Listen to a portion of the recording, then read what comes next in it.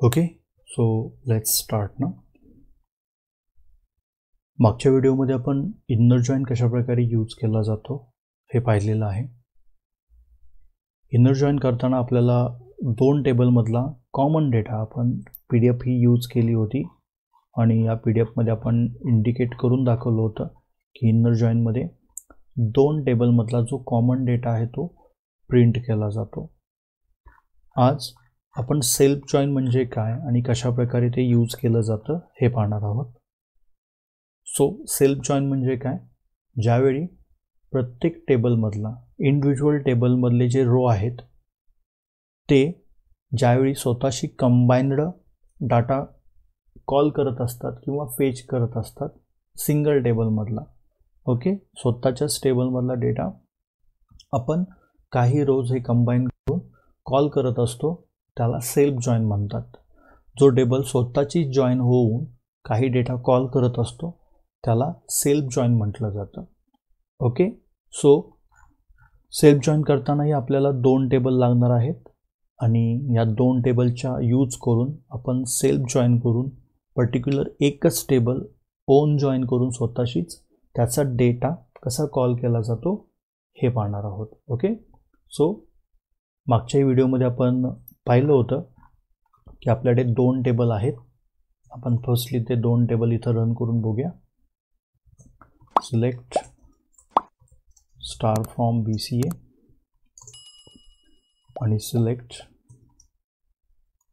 Star from fee. Okay, आपण या दोन टेबलवरच सर्व जॉईनच्या क्युरी रन करणार आहोत. आता आपण जे सेल्फ जॉइन करणार आहोत हे सेल्फ जॉइन आपण BCA टेबलवर करणार आहोत. ओके, सो BCA टेबलमधले जे काही रोज आहेत कॉलम्स आहेत हे कॉलम स्वतःशी ओनड काय केले जातील, कंबाईन केले जातील आणि त्याच्यातून डेटा कॉल केला जाईल. So let's start for a self join query. So त्यासाठी मला काय करावं लागेल, सिलेक्ट S1. ओके, S1 मी एका टेबलच्या ऑब्जेक्ट करून त्याला नाव दिलेलं आहे. So S1 is the BCA table object. Okay, so S1 dot first name. Okay, S1. त्याचबरोबर मी S2 एक नाव दिलेलं आहे त्याच टेबलला. ओके, ऑब्जेक्ट ही म्हणू शकता याला.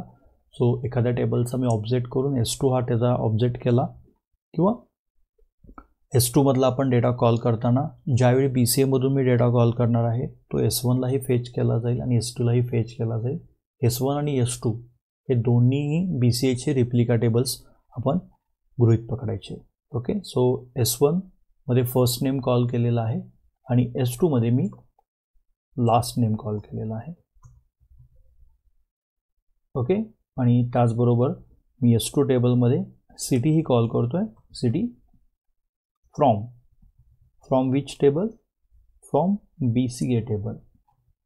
Okay, BCA S1 comma BCA S2.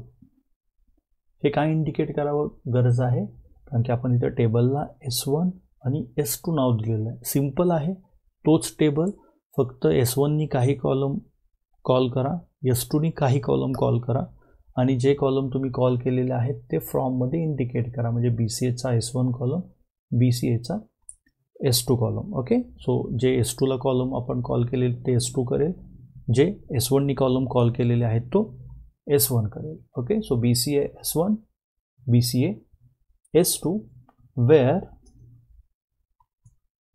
Okay S1 dot ID. Okay, आपल्याला दोन्हीमध्ये काहीतरी कॉमन दाखवणं गरजेचं आहे.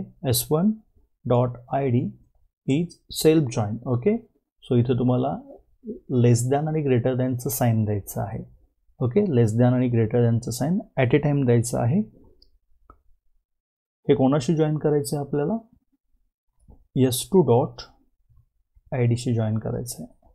ओके, सो ID हे आपल्याला जॉईन करायचे आहेत आणि याचबरोबर अँड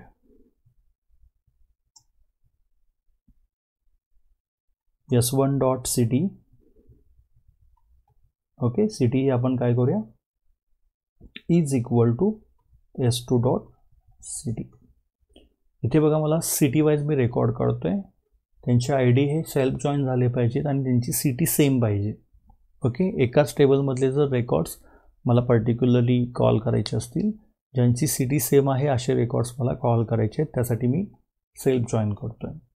सो त्यासाठी मी S1 आणि S2 हे 2 रिप्लिका घेतले.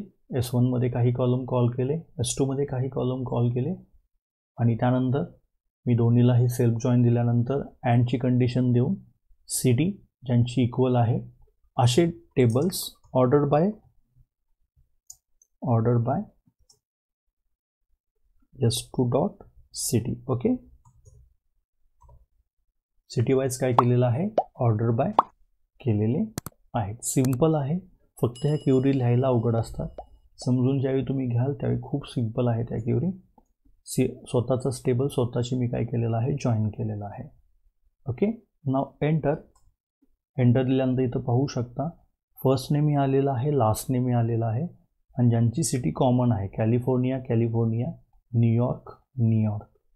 सो या दोन्ही सिटी कॉमन आलेल्या आहेत आणि प्रत्येक जो स्वतःचा टेबल आहे तो BCAचा स्वतःशीच जॉईन करण्यात आलेला आहे.